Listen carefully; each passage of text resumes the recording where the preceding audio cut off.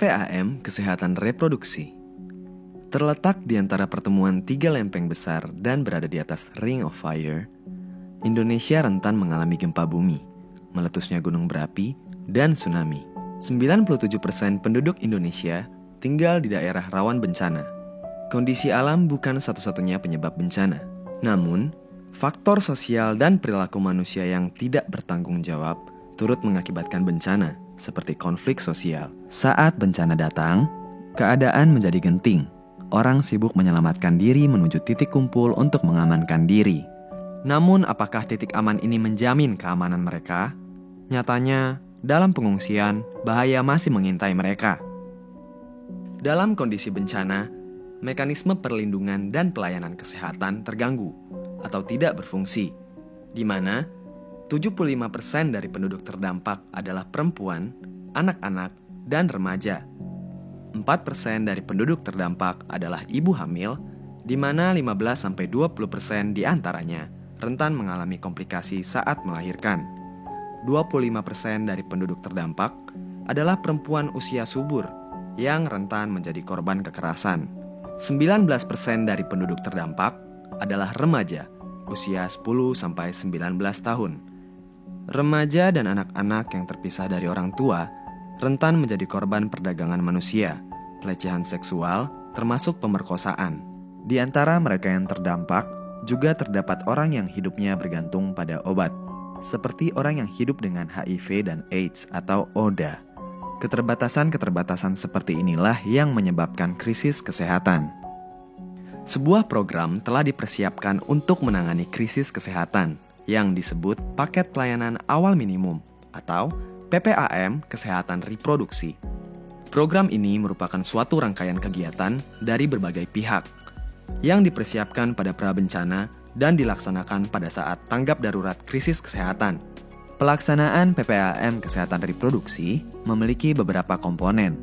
Komponen pertama adalah mengidentifikasi koordinator dan aktivasi subklaster yang akan mengawali proses koordinasi lintas program penanggulangan dan pelayanan kesehatan reproduksi, serta menyepakati pertemuan rutin anggota subklaster. Komponen mencegah dan menangani kekerasan seksual. PPAM memastikan pencegahan dan penanganan kasus kekerasan seksual bagi penduduk terdampak, terutama perempuan dan anak, baik secara fisik maupun psikologis. PPAM juga akan memastikan keamanan layanan dan fasilitas dalam pengungsian, seperti letak tenda, toilet yang terkunci, dan dengan penerangan yang memadai. Informasi pertolongan, jenis layanan, dan rujukan juga disediakan untuk penyintas. Hotline petugas pun tersedia. Komponen mencegah penularan HIV dan infeksi menular seksual lainnya. Di kondisi penuh keterbatasan, PPAM tetap berusaha mengurangi resiko penularan HIV dan infeksi menular seksual lainnya. Dengan menerapkan standar kewaspadaan, pemberian profilaksis pasca pajanan, dan pencegahan penularan HIV dari ibu ke anak. PPAM juga memastikan ketersediaan transfusi darah aman, kondom, keberlanjutan obat ARV, dan hotline petugas layanan ARV. Komponen mencegah meningkatnya kesakitan dan kematian maternal dan neonatal. Bagi ibu hamil dan bayi baru lahir, kondisi bencana dapat memberi resiko persalinan dan komplikasi sewaktu-waktu, sehingga salah satu komponen utama PPAM adalah mencegah meningkatnya kesakitan dan kematian maternal dan neonatal, memastikan ketersediaan fasilitas kesehatan untuk persalinan serta pelayanan gawat darurat bagi maternal neonatal 24 jam termasuk sistem rujukannya. Sama seperti pelayanan lainnya, perlu dipastikan bahwa masyarakat mengetahui ketersediaan hotline ibu hamil. Komponen ketersediaan layanan kontrasepsi. PPAM berupaya mencegah terjadinya kehamilan yang tidak diinginkan pada masa bencana melalui komponen ketersediaan layanan kontrasepsi pada krisis kesehatan. Kondisi ini dapat diminimalisir dengan menyediakan alat kontrasepsi dan mendata pasangan usia subur serta memberikan edukasi. Komponen kesehatan reproduksi dan pelibatan remaja. PPAM juga memprioritaskan ketersediaan layanan kesehatan reproduksi dan pelibatan remaja pada masa tanggap darurat.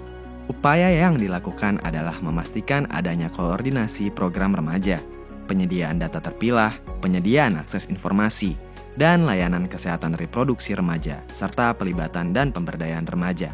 Melalui pembelajaran dari berbagai respon kebencanaan, subkluster kesehatan reproduksi mengembangkan 2 prioritas tambahan, dengan memastikan ketersediaan layanan bagi balita dan lansia di situasi krisis kesehatan. Komponen kesehatan balita. Untuk balita, pelayanan diberikan untuk memastikan tidak bertambahnya tingkat kesakitan dan kematian, pencegahan dan penanganan kekerasan, serta dukungan psikososial dan kesehatan jiwa juga diberikan. Tidak lupa, tumbuh kembang balita terus dipantau. Lokasi pelayanan untuk balita diupayakan berdekatan dengan lokasi layanan kesehatan reproduksi.